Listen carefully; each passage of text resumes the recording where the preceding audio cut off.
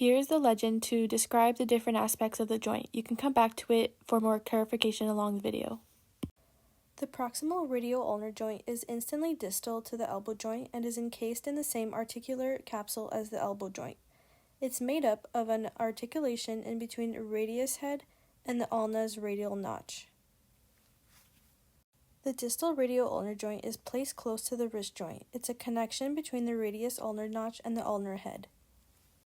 In addition, the distal radioulnar joint has an articular disc.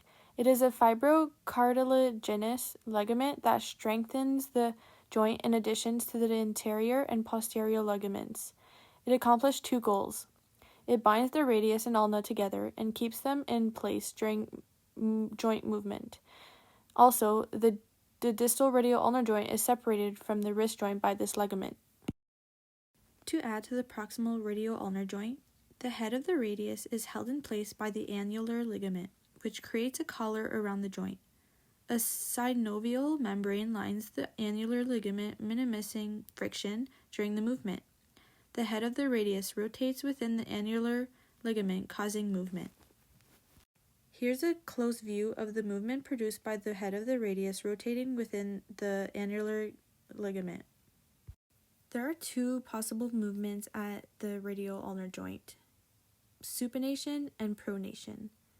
When your palm or forehand are facing up, they're supinated, which is basically the anatomical position.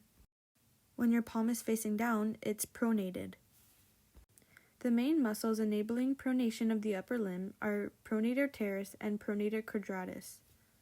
Supination is mainly facilitated by supinator and biceps brachii muscles. Between the radioulnar joint, you find the interiosus membrane. It is a strip of connective tissue that connects the radius and ulna together. It spans the distance between the medial radial border and the lateral ulnar border. This connective tissue sheet has three purposes. It provides additional stability by holding the radius and ulna together during forearm pronation and supination. It serves as a point of attachment for muscles in the forearm interior and posterior compartments, and it transfers forces from the radius to the ulna.